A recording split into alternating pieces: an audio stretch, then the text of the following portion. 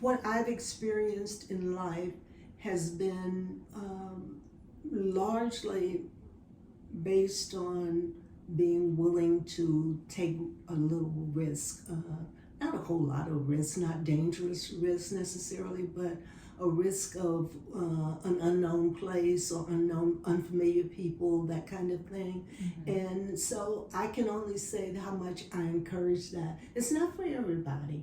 And I think that people should be able to examine themselves around, can I adapt in that way? But not be so willing to settle. Greetings, and welcome to Next Stop Loading, the Growth Series. I am your host, Melissa, aka Stella, overworked millennial turned freshman entrepreneur. So did things really change? Right. Anyhow, each week, I'll bring you a conversation with professional women in various industries that are doing and or have done what the pandemic is teaching all of us to do. Figure it out. As a member of the Great Resignation, this series is dedicated to career and life transition. I hope this series engages and inspires you to grow with us on this journey of navigating this thing called life. I hope you know you're not alone. Join us. Okay. All right. How many moves have we made so far? Ooh, okay. We've gone from Dallas to Minnesota to Nashville, back to Dallas, then to Houston, then And then to Chicago. Okay, and then I finished my degree, and the day I finished, we had the graduation. We were moving. We were moving. oh my gosh. By then, my spouse decided he was going to med school, and he needed to come back to Arkansas, where he was from, in order to go to med school from his home state. So I had no time to really think about, is this what I wanted to do? Somewhere in me there was a reluctance to move, and especially to move to Arkansas. I wasn't real keen about that, but we had also decided that Chicago was not the place we wanted to rear children. It was not a good place for rearing children. We'd already had an incident where my kindergartner disappeared from his play school and went off with some kid out on the street, and that was scary enough. So we decided that we needed a place where we had a back door, and kids could go into the backyard and play and not be on the street.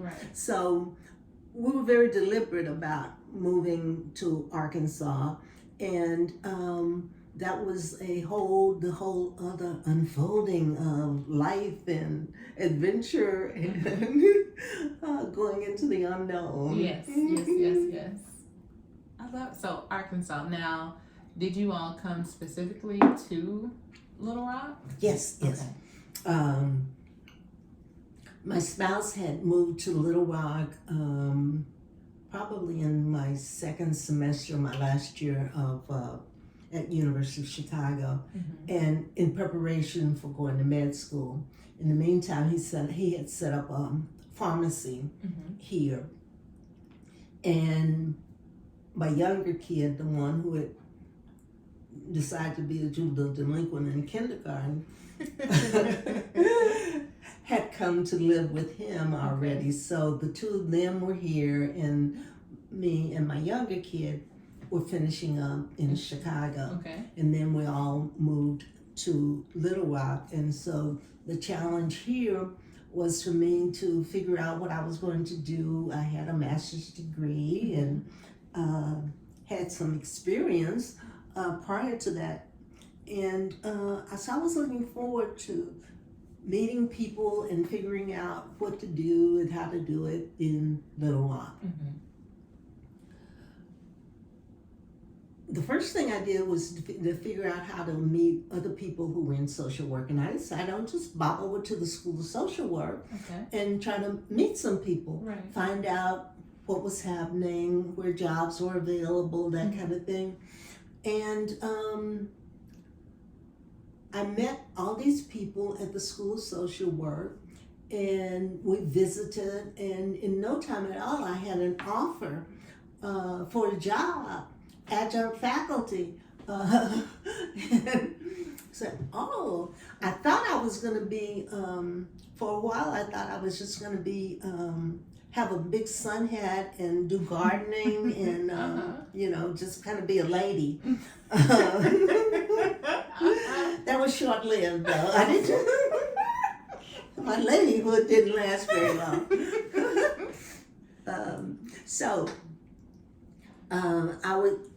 It was like, man, okay. So I have an offer, and I said, oh, yeah, sure. So I started at the School of Social Work, and from 1974, until 84, I was at the School of Social Work, and I moved on into a tenure track position, and it's highly unusual, of course, that people with master's degrees end up getting tenured, but I did. Wow. So I had tenure at the School of Social Work. I made lots of friends. My spouse, because he was from Arkansas, knew people, and we had, we had a social life as well. And so it was good. It was good for my family and all. Interesting, in Little Rock, I encountered something I hadn't encountered anywhere else, which was a judgment, from people who thought that women had a certain place that did not, the boundaries stopped though at the social level, because women were not seen as going out by themselves. Interesting. Now, and this is around what time? We came in 1974. 1974. Yes. Okay. And in Chicago, I had friends, and we regularly socialized without husbands. Right. And went out and that kind of thing. I expected to do the same kind of thing, Right. Foolish of me. Foolish. No. It's not to be. I was told very directly that from one of our social friends, there was a couple that I will not see my wife hanging out in bars. She will not have her butt hanging off of a bar stool, and the implication was clear. I mean, I couldn't be friends with her. I did that. And that is our conclusion. It's obvious that we won't be friends. That's put a period on that right there. Let me tell you what I do. I sit on bar stools. Yeah, I go by myself. If nobody's with me, it's okay. It's fine. My spouse has never said Right. that he objected or anything. He frequently comes to meet me. Right. And we're out or whatever. And so that was a mind blower. And women apparently were okay with that.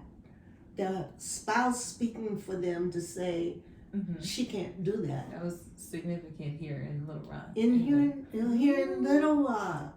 I don't think that's surprising. Really?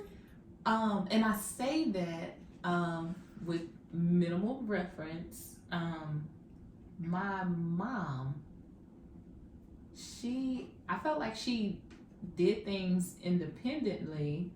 However, I feel like, but this is in regards to work. My father didn't want her to work. Like no woman, no wife of mine. Yeah.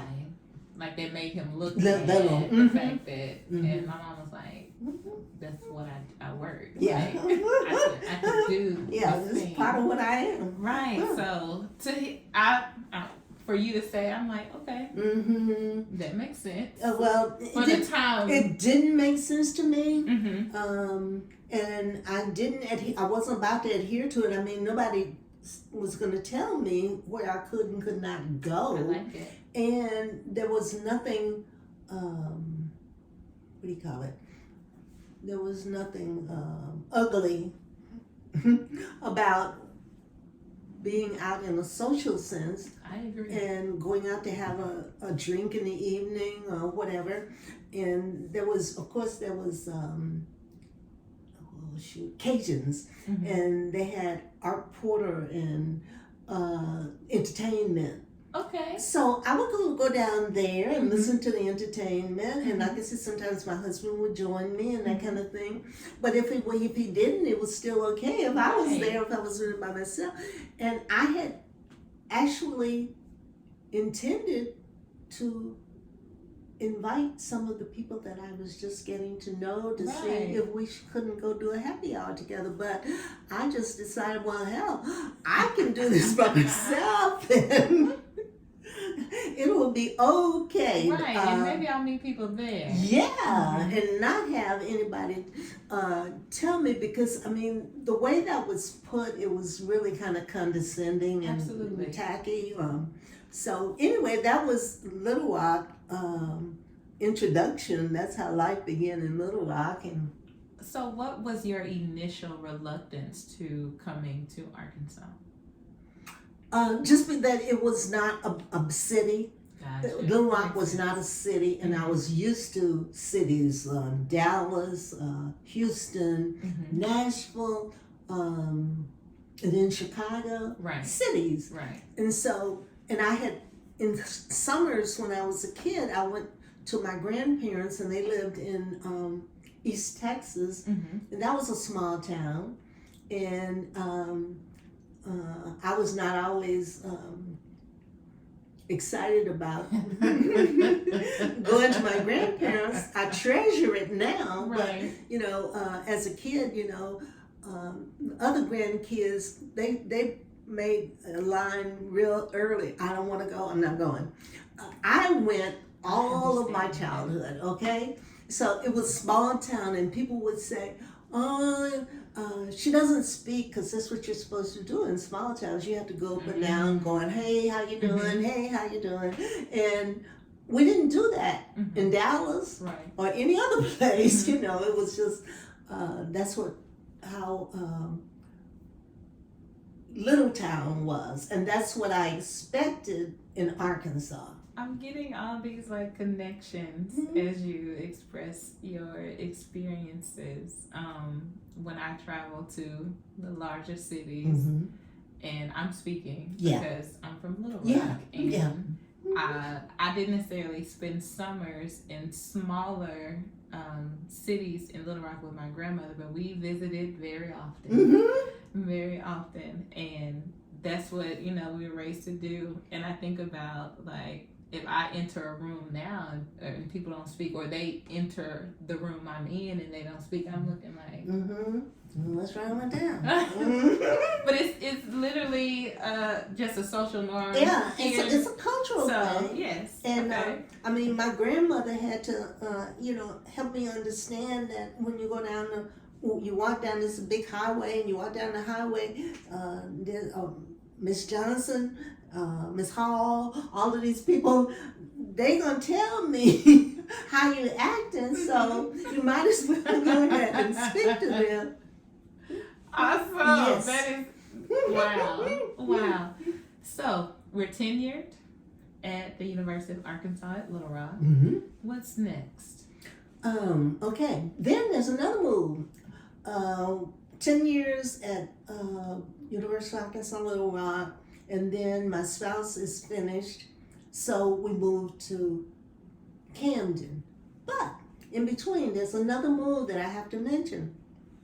So when my spouse graduated med school, he did residency in Detroit, and we decided that we were not going to move, because he decided that he would only do a year's residency there, and then he was going to do a residency someplace else. Okay. So my kids and I drove to Detroit to visit with him when he was there, and then he made a decision to go to Charleston, South Carolina, Oh, okay. the Medical University of South Carolina, to do his residency.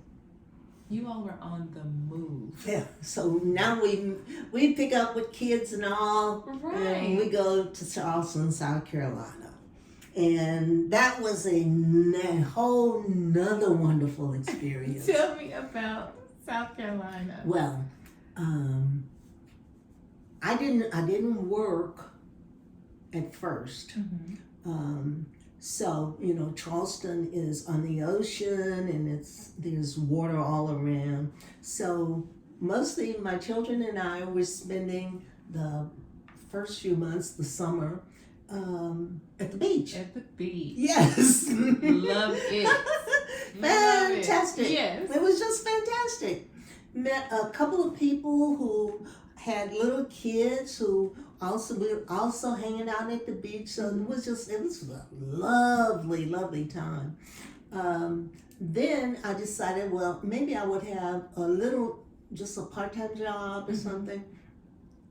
And I worked in a children's school for on part-time basis as a social worker, and that was good work. But the big part was trying to understand, and color comes up a lot in my retelling of my journey, but in South Carolina, you had this whole other dynamic going on where there were white people who talked about the Yankee northern invasion, the northern invasion of the Yankees or something like that. It was actually, they were talking about the Civil War. Exactly. Okay. At first didn't know what they were talking about. The Yankee invasion, Right. what? And it's like, this is still alive in these people. They're still talking about it like it was. The South didn't lose. As if the South didn't lose, as if it happened in the last few years. I mean, it's like very recent in their memory banks. So we did the whole. They have a lot of the history, the slave markets and the beginning of the Civil War was all of that. So there are a lot of historical things, but then there were these. Things that just kind of gnawed at you because they were so vivid. For example, there were streets, Ashley Road or something like that, where the trees were so big and they grew over the road, and so the branches met on either side. Oh. And it was that was so haunting to me. Because it sounds plantation-ish. It's totally plantation. That like line Exactly. Okay. And there were plantations off of these roads. So, I think about Black folks hanging from these huge trees. I mean, that was in my mind. So, that was, it was a torturous time, I'm gonna put it like that, because there was a lot that we enjoyed, but then if you ever let yourself think about where you were and how Caucasians were tending to describe what went on historically, it was all just kind of challenging and into the imagination. Like, did they really not know? Right. Do they really not know now how bad this all was? Exactly. And what it has done, and they still don't. Right. But that was a revelation. But again, I was glad I was there because it was another adventure. And out from Charleston, the Gullah Islands. I've heard of the Gullah. Yes, yes. We have to go. We have to We go. have to go. Yes. The Gullah Islands are fascinating, and from the diaspora and black folks who originally came, who settled on those Gullah Islands, and the culture that they have maintained, which of course has been tampered with because there's been development that's kind of overrun them. But the culture there is still intact, and it's fascinating. We must go. We must go. We have to go. Oh, I love it. I love it. So, how do we then transition back to Arkansas? Yes. Yes. But why Arkansas and nowhere else if we've completed residency? Oh, this is my spouse home, Arkansas. And his vision was to be a physician in his hometown, which is Camden. And I didn't object to that vision. I mean, you have to do something. I think my family had a little bit of trouble with us being in Arkansas. They didn't understand Arkansas. And my mom said when she finished the second year, she went to college in Marshall Baptist, what is it? Marshall, Texas? Yes, the Baptist school, Bishop College. Okay. And that's where my mom went. And her second year, she said, kids her age were getting jobs like in Arkansas. They could teach after they had 2 years. And so she wanted to do that. And her father said, absolutely not, you're not. So he had that thing about,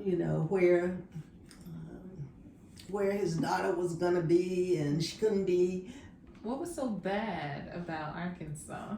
It had bad reputation. It had worse than East Texas, which had a bad reputation. Right, okay? I'm like, yeah.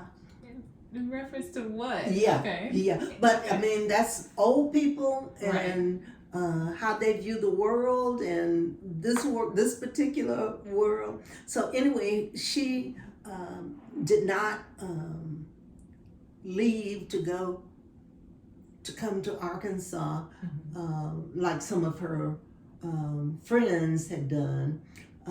She obeyed her dad and stayed home, and as a result, she ended up not finishing her college beyond the 2 years. But she was okay with that. They were okay with that. But it was a time when that she spoke to me about, when she would have left home, and that's the important thing I'm trying to say about this, when she would have left home. As it happened, my mother never lived, she lived in New Mexico. My mom went to New Mexico and lived there for a number of years. So she managed to have some sense of getting away from home, but it took a very long time. Yeah. Okay, good deal. So now you all are en route to Camden. Well, let's see. Okay, we're going to go to Camden.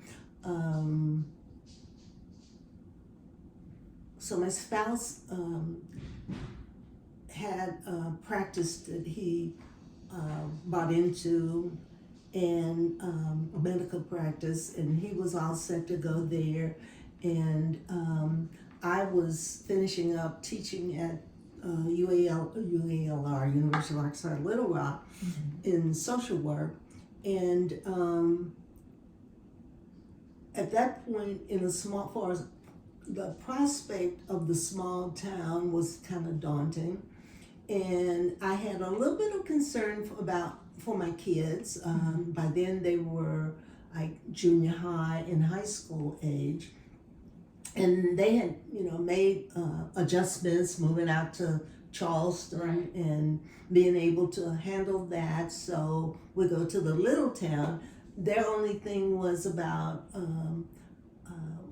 how we're gonna, do this and be up to date with whatever is, going on with kids. You want to stay up to date. So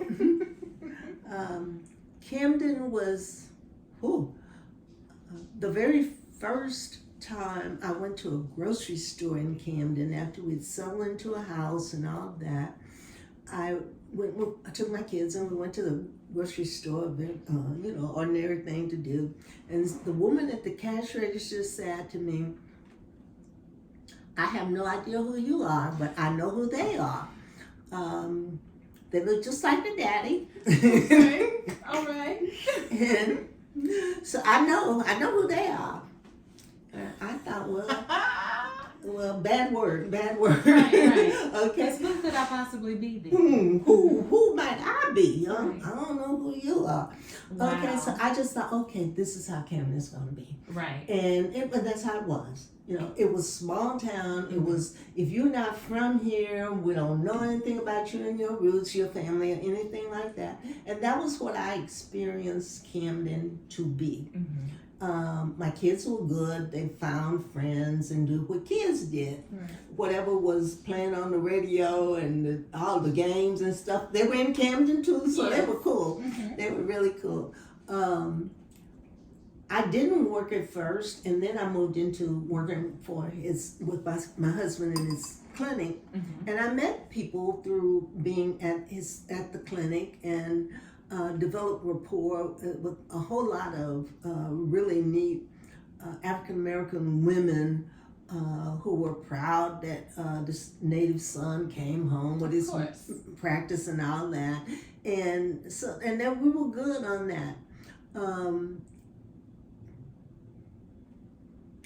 I'm not sure why I chose to join the League of Women Voters, but I did. Okay. And in doing that, it was white people.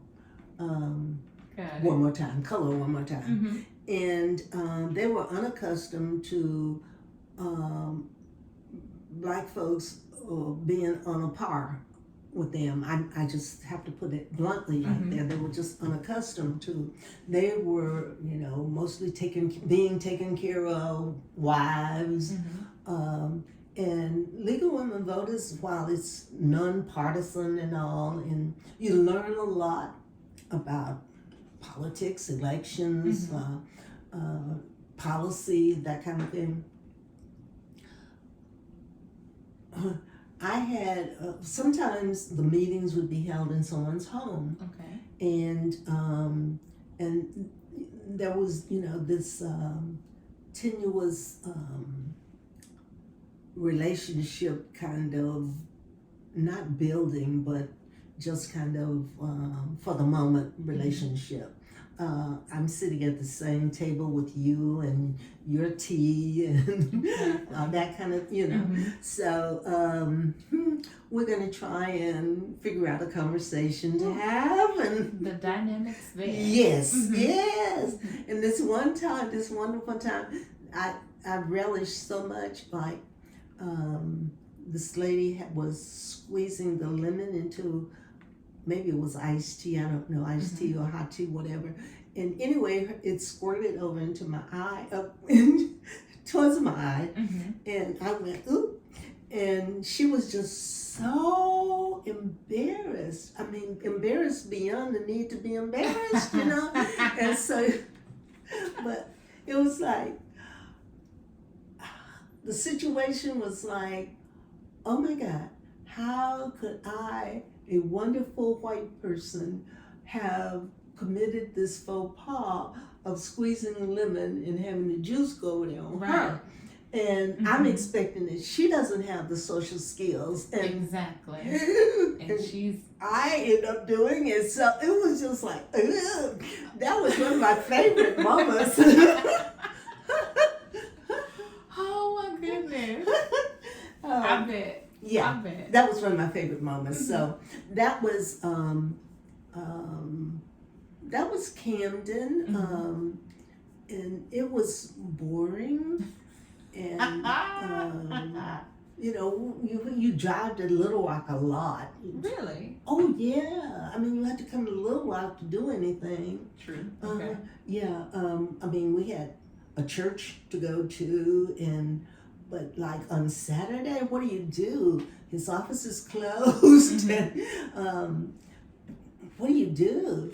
So you go out and you go drive and see stuff, but mostly you come to the Little Rock Gotcha. and to go out to eat and to see friends and that kind of thing. So after a while, I was just our marriage started to hit the rocks, Mhm. and so we divorced after like 34 years. Wow. This is 34 years we're Right. talking, huh?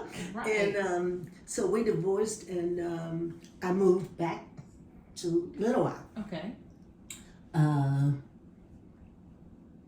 I still, that's when I found another job in Little Rock. This time I went to New Futures for Youth, and I was the policy analyst, and that was good work and good people. Mhm. And so, and I drove from Camden for a while. I don't know, maybe a year even, Wow. that I commuted How? Do you recall how far Camden is from Little Rock? 100 miles. Every day. Mm-hmm. Mm-hmm. Ooh, okay. Yeah, and it wasn't that bad. I mean, it took it was more like an hour and a half, close to 2 hours. Right. But I was never really concerned about the distance, and didn't see it as a real barrier or anything. It's like you get in your car. I got in my car at 6:30 in the morning to be at work at 8 o'clock. Mhm. And then I was home at 6:30 in the evening, and it was just became a routine. Mhm. And many evenings I got home and had social things to do in Camden with friends, and then I was up too late and still got up and And then it all over okay. again. And then all over again. So then you relocate to Little Rock after having commuted for about a year with New Futures as a policy analyst. Right. How long were you with New Futures? Just about every job I've had has been about 10 years. Really?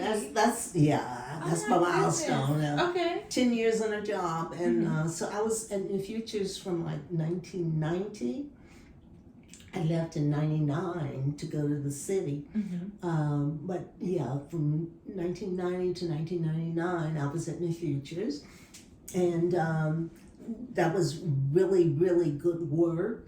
And I learned a lot about, again, institutions, the school system, and the work of New Futures was to try and figure out a better future for kids that didn't have much of hope for one. Right. And the school was one of the biggest barriers to that happening.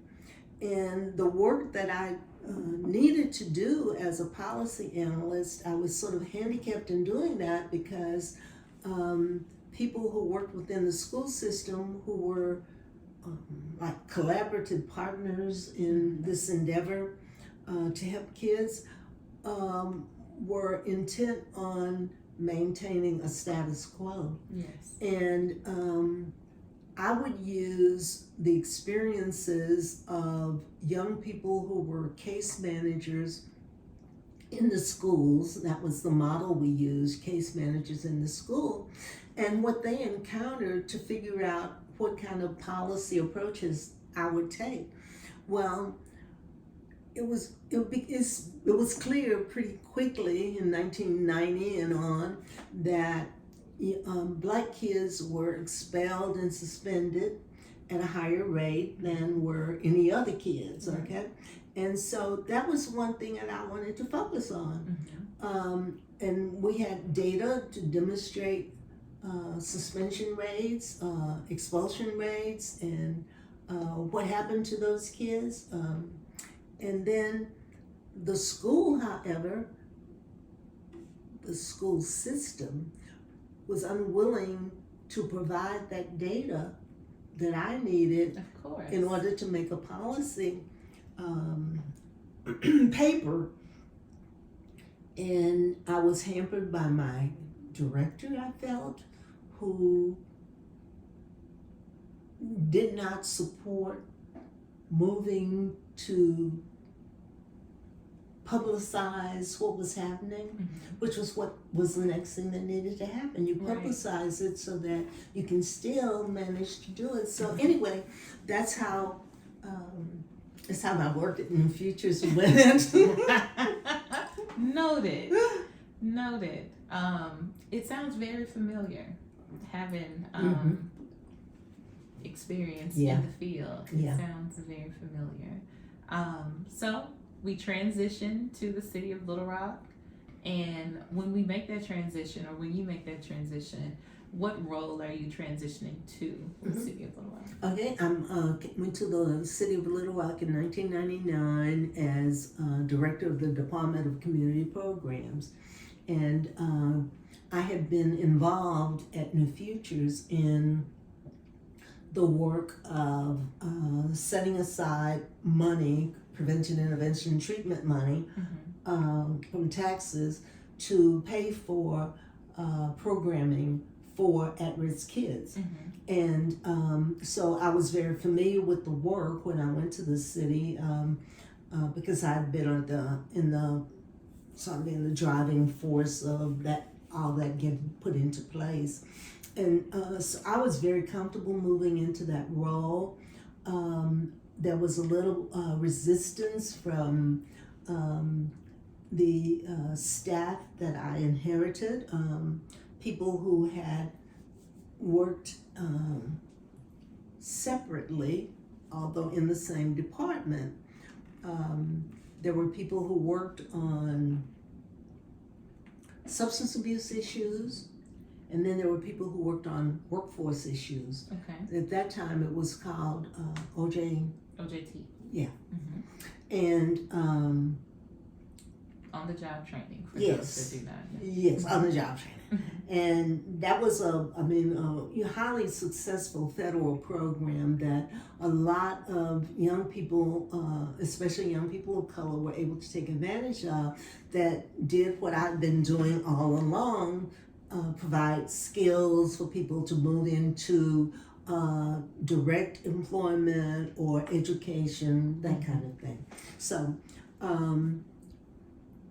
the challenge I faced, that I couldn't figure out how these people thought that they could work in the same department and not have real joining interaction with other folks who worked just because they were called, something was called on-the-job training and another one was called substance abuse. Right. So I had to create a department that had an overall mission in relation to the community, what it was doing, and that was fun.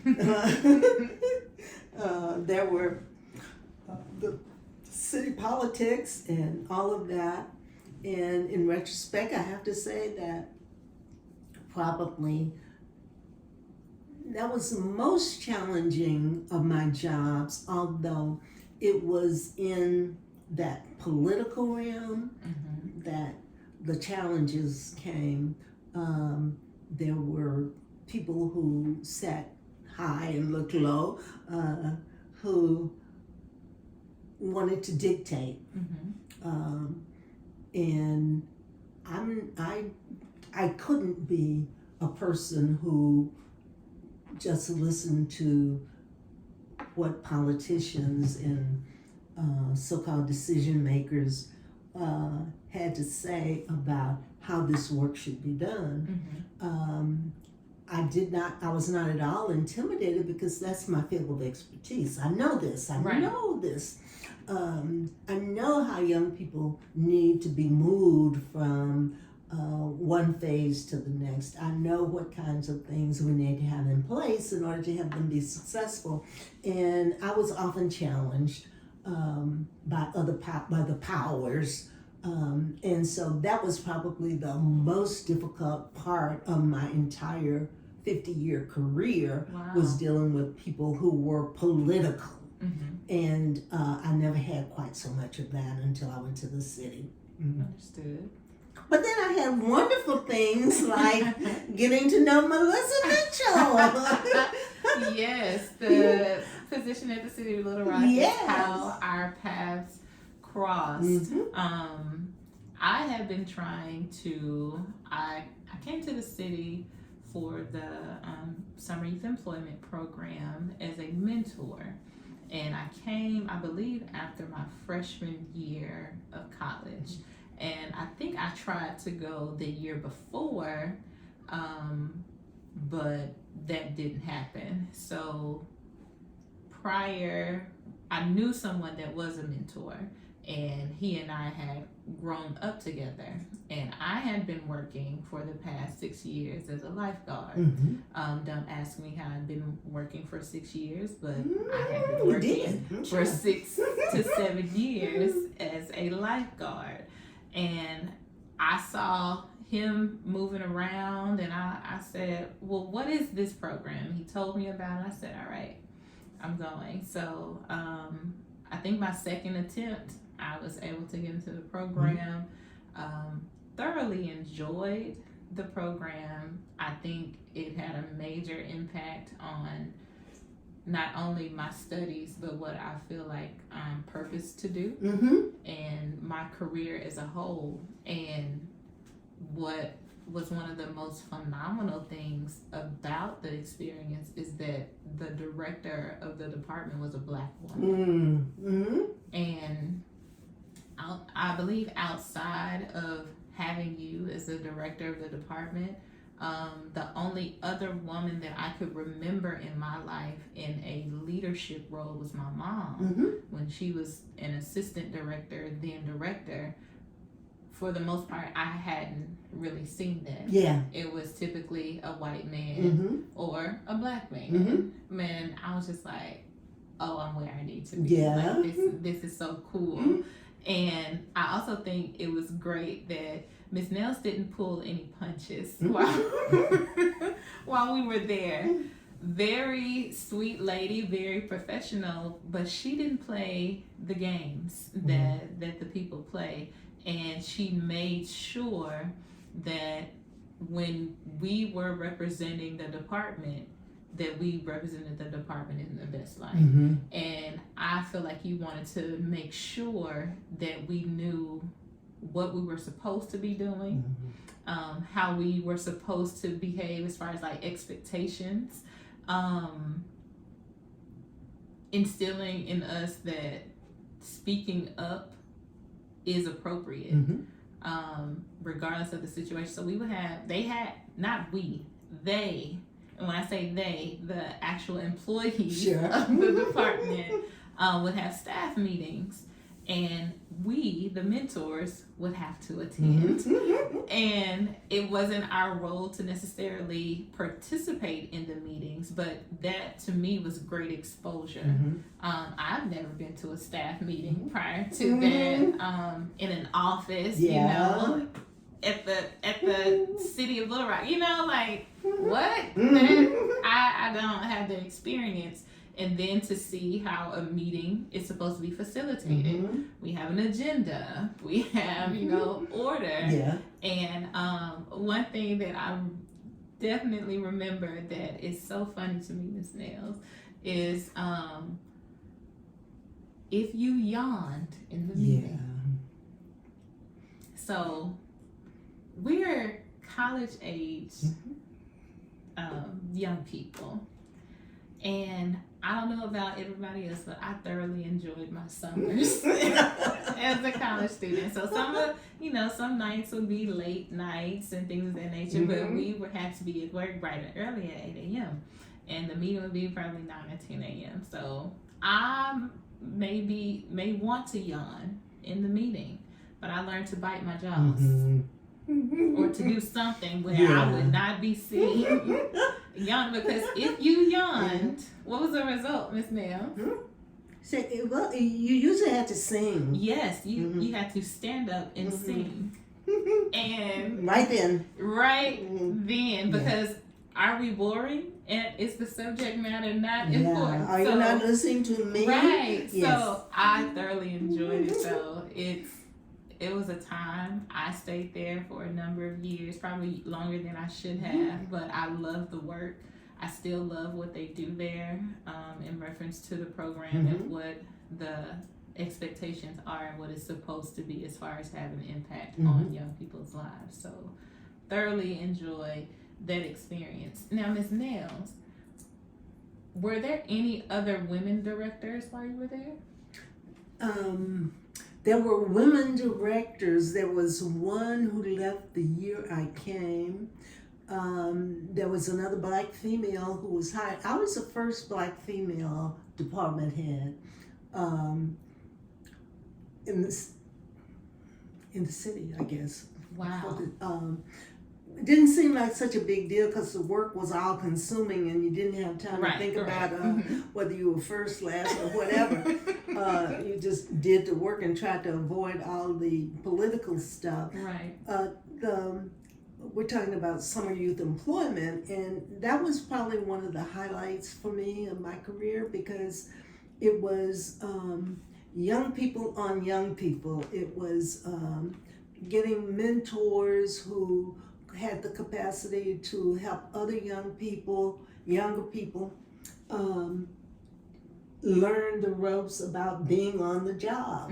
So you have a summer job and you're paid by the city and you're placed in community-based organizations, nonprofits mostly, other institutions, and to have young people, the mentors, there in the office, being able to interact with them and to get a sense of where they were. I can remember very well that you told me that you were not interested in I did. in being a leader. I did, guys. I did. And I wanted you to be a leader, but no. And I did. And you have to accept that. People say, no, I'm not going to do that. And I would like to actually share that story. So I had been there for a number of years, and there was an opportunity to lead that program. And they say hindsight is 20/20. And I definitely said, I don't want that. That's not what I want to be. Or not necessarily want to be. I felt like, and this is young people thinking, guys. I felt like that for the responsibilities that person had, that they weren't being Not enough conversation here. Enough conversation there for that. That's probably correct. And little did I know that when you lack some experience, you're not going to be the highest paid on the, like, that's just not how that works. In my mind, I'm thinking, well, I'm about to have my degree, like, I'm going to just shoot to the top, and life does not necessarily work like that. And having known, that would have been an awesome opportunity and experience for me in my career. And what's crazy is I feel like since then, I had gone on to do that same work. Yeah. just somewhere else. Yeah. And that was always so surprising to me. And I remember telling you that and seeing the reluctance in your face, but in my mind, I was so sure. Yes, you were. Oh, you were very definite. I was like, oh definite. my gosh. And what could I do but shrink back and in humble submission? Okay, that's her decision. She's not going to do it, and I have to live with that. I knew it was very clear how capable you were, how I thought it would enhance your skills and kind of position you in a way, but that's not how, as you say, young people think. Right. And that was not to be. It was not to be. And it's also interesting that even though I did not serve in the role, I felt like I still served as a leader to my peers. So it was just like it was an interesting thing. Another thing that we did while working there, I felt like Ms. Nayles exposed us to much more than just the Department of Community Programs. So she would take us to the meetings that they had, the board meetings. A lot of people to this day, adults, have never been to a board meeting, may not even know that a board meeting exists. That decisions are being made for you constantly, that you can have a voice on locally, like down the street, downtown. You have access to this. Speaking in front of a dais of people. We had to do more than once. So just equipping us with skills that I still use to this day, but was exposed to at a great time, which I'm definitely thankful for. So, that was a really, really good experience for me as well. As I said, I liked having young people right there in the office, and we had conversations. That's the other thing that we didn't bring out, but just informal conversations about all kinds of topics, and people might confront me after a meeting on what did I really mean, or did I really mean it, or whatever. But we had an opportunity to do an intergenerational kind of thing that I don't know how often people really get a chance, to be in a place where they can operate in an intergenerational fashion. I believe that most likely is my favorite thing about it. And that was not my first experience of necessarily seeing that. And I say that because I worked with young people as a lifeguard. Like I taught younger kids how to swim. I went into other youth programming that there were younger people than me that I ended up in like leadership roles. So I saw it, but to see it at that level, I saw the impact of that. So as college students, we were responsible for high school students. I'm gonna say that again. For college students, we were like responsible for, at that time, your caseload could be anywhere from 15 to 30 young people across the city that are employed, that you're teaching about like professionalism and things of that nature. So that was a task in itself, but them hearing that information from us, from somebody they know is not that much older than them, seeing us as an example of what to do, what to look like, I saw how that hit versus someone that was maybe our parents' age give us that information. And just 2 weeks ago, I was at an event and someone approached me and said, "You look familiar." And I said, "Okay." That could be the case.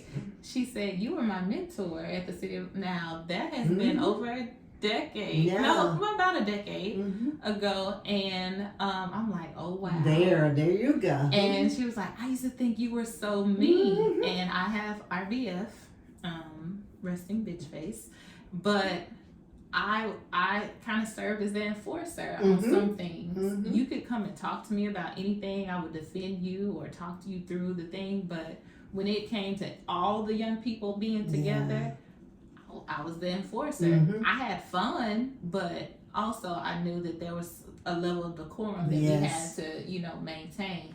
and make sure that they knew was the expectation, you know, because at the end of the day, they are a representation of this program to public facing entities. Yes. And if we want to continue this work and you want to be invited back, or we want this program to continue to grow in the community, I knew that was, you know, a responsibility. So I thoroughly, to this day, I still advocate for like those intergenerational working when it comes to young people.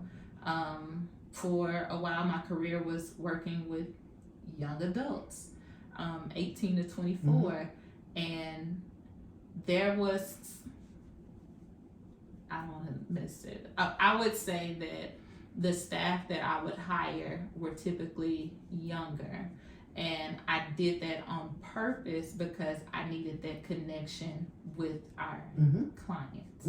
I needed them to see that they could be in this role. Yes. So, and they aren't, you know, that far removed from that thing. So I think it's still effective. I'm still definitely an advocate for it. And I'm just really thankful and grateful for the opportunity and for the support and your belief in me, and for, like you said, having that open door policy. I know a lot of leaders that will close the door. Yeah.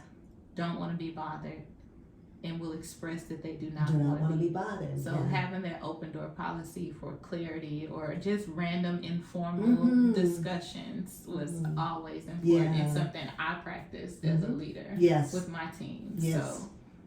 Well, and for me, I mean, I think maybe it's clear, maybe it isn't, but I mean, for me, it was a culmination of my previous experience to be able to bring together strands of that into the work that was summer employment and other work that I did at the City of Little Rock, knowing that it's important to give young people a voice, an opportunity to use their voices. And so for the high school kids, as well as for the students who were college students who were being mentors, it was important to set a tone that things could happen within this pot that we built around the different age groups of the high school kids being mentored by college students, and college students being in an environment with regular staff where expectations could be understood at a different level. So all of that just really, it was really good work. I love good work. That was really good work for me, and that culminated, that was my experience. And so 15 years at the City of Little Rock, and I was ready to retire. Nothing like being ready and have the opportunity to actually do it. Yes. Because some people are ready and they don't necessarily have the opportunity to do it. And it's important, you know, I mean, from a financial standpoint, which is always important, but I was very deliberate about calibrating my time so that my pension would be where I needed it to be, so that I could retire without having to worry about, oh dear, I need more money. So it's just been a really fine career. And it was when I was saying goodbye at my retirement little function that I told people this is my 50th year employed from 1964 until 2014. That's 50 years. Right. And I'm going, wow. Yes.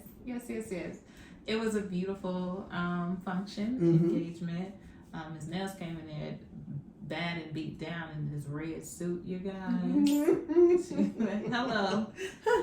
She may have been And red. I had red hair too, Yes, maybe. you did. Because it was time to be bad in a different way. Yes.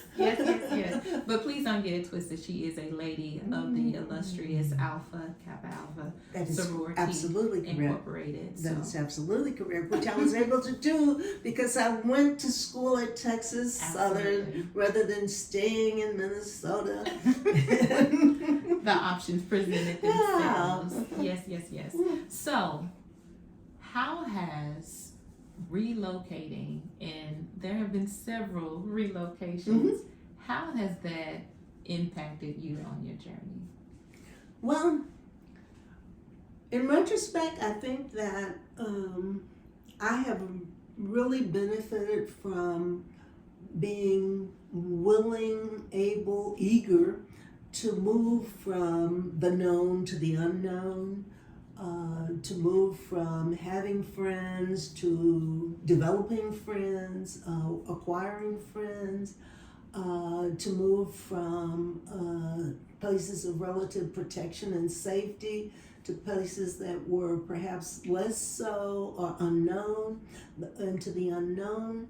And in all of that, I became so much clearer about the world in which we live, how there are all of those race conscious things that have occurred in my life that did not prevent me from still moving forward in any particular city or environment, but just helped me to be okay with, I'm gonna be okay. The me that I am is gonna be okay in whatever that environment is, because I've already had experience in it and I've learned to treasure that. And I think that's just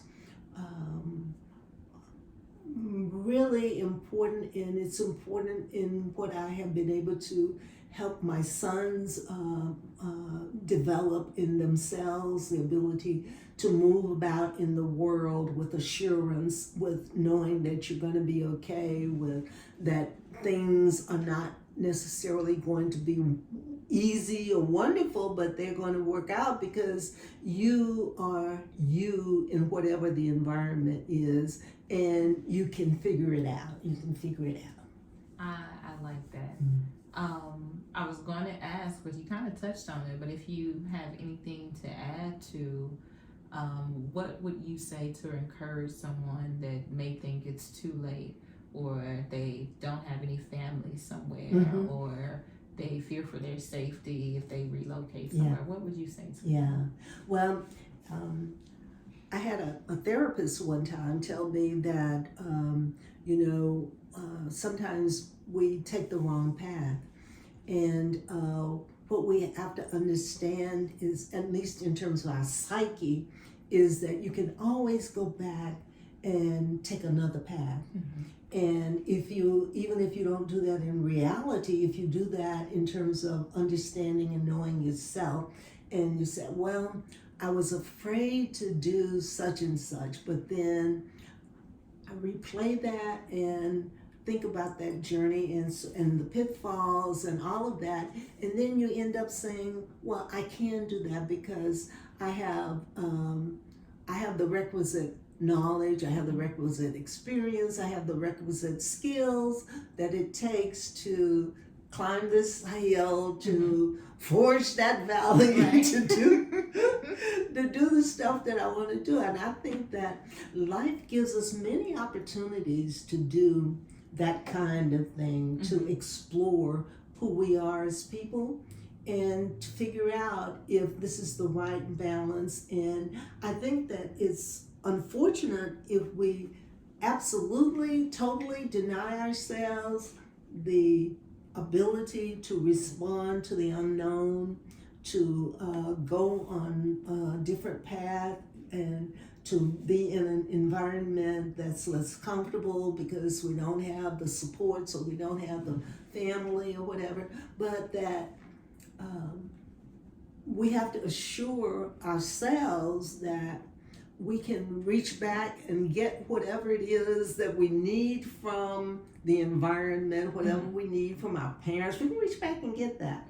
And we can be assured that the journey is, for us, is our journey. We're not on anybody else's journey. It's our journey. And it's our footprint that we're establishing in the world. We don't have to even think about it like in dramatic terms.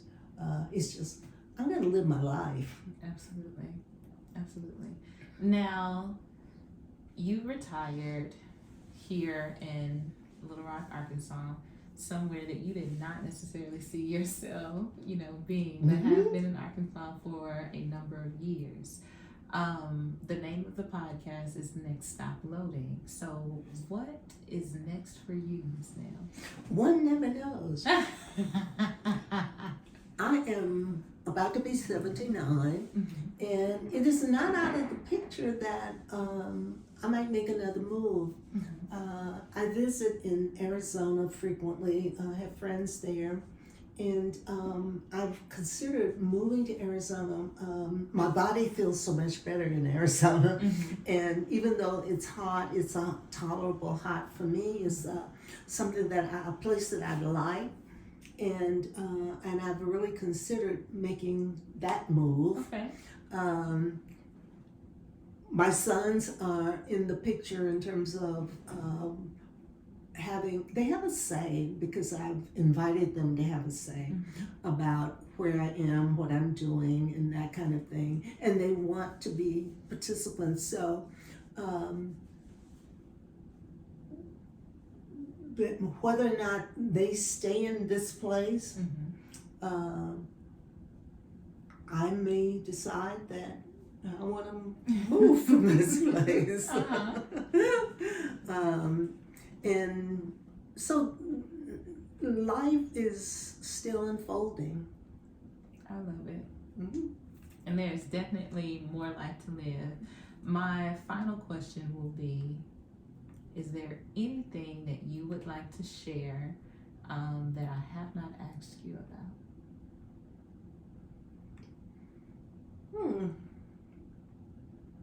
I can't think of anything that is important to share, other than I do, if I've been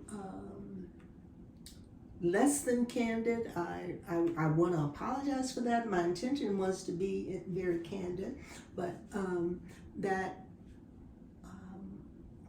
what I've experienced in life has been largely based on being willing to take a little risk, not a whole lot of risk, not dangerous risk necessarily, but a risk of an unknown place or unfamiliar people, that kind of thing. And so I can only say how much I encourage that. It's not for everybody.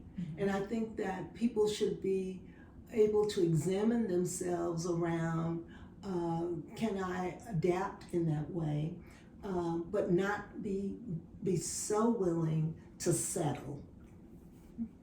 And with that, I feel like there's nothing else left to say with that. That's great parting words.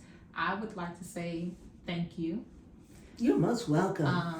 Not only for your yes for this, because you did not have to oblige me, but just thank you for everything. Thank you for being a part of my life and my development, whether directly or indirectly. I appreciate you. You are definitely an inspiration for me, and I definitely wanted you to know that. Thank you so much. It's wonderful to be able to converse with you and in your nowness. Right. Okay.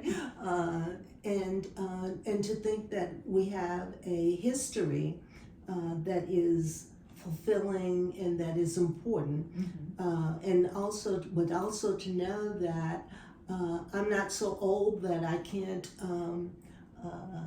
interact with you. Absolutely. And other people who've been your your cohort as you moved from the city summer employment into your own full-time employment in various places. To be honored that you even have my phone number is... And she picks up, guys. She answers. If she doesn't, I leave a voicemail and she calls me. I call back, yes. And I mean, that's rich. And I think that, again, people ought not sell it short.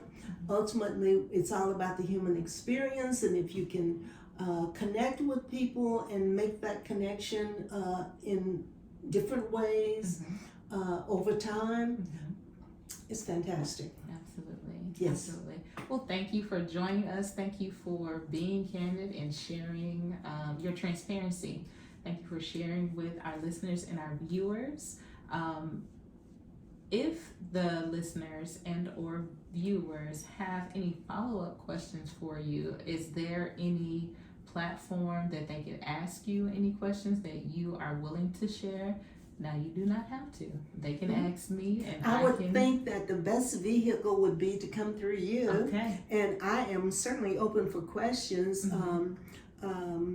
Life is unpredictable, and so you never know where you're going to be or what you're going to be doing. Absolutely. If you know your spirit is there, and you just, oh my God, life. So I think that if there are questions or comments, I would certainly I would relish having opportunity for further dialogue, and if we could do that through you, that would be great. Awesome. I'll definitely make it happen. Well, thank you all. Thanks for joining us again. We'll talk later. And we are done. Cool.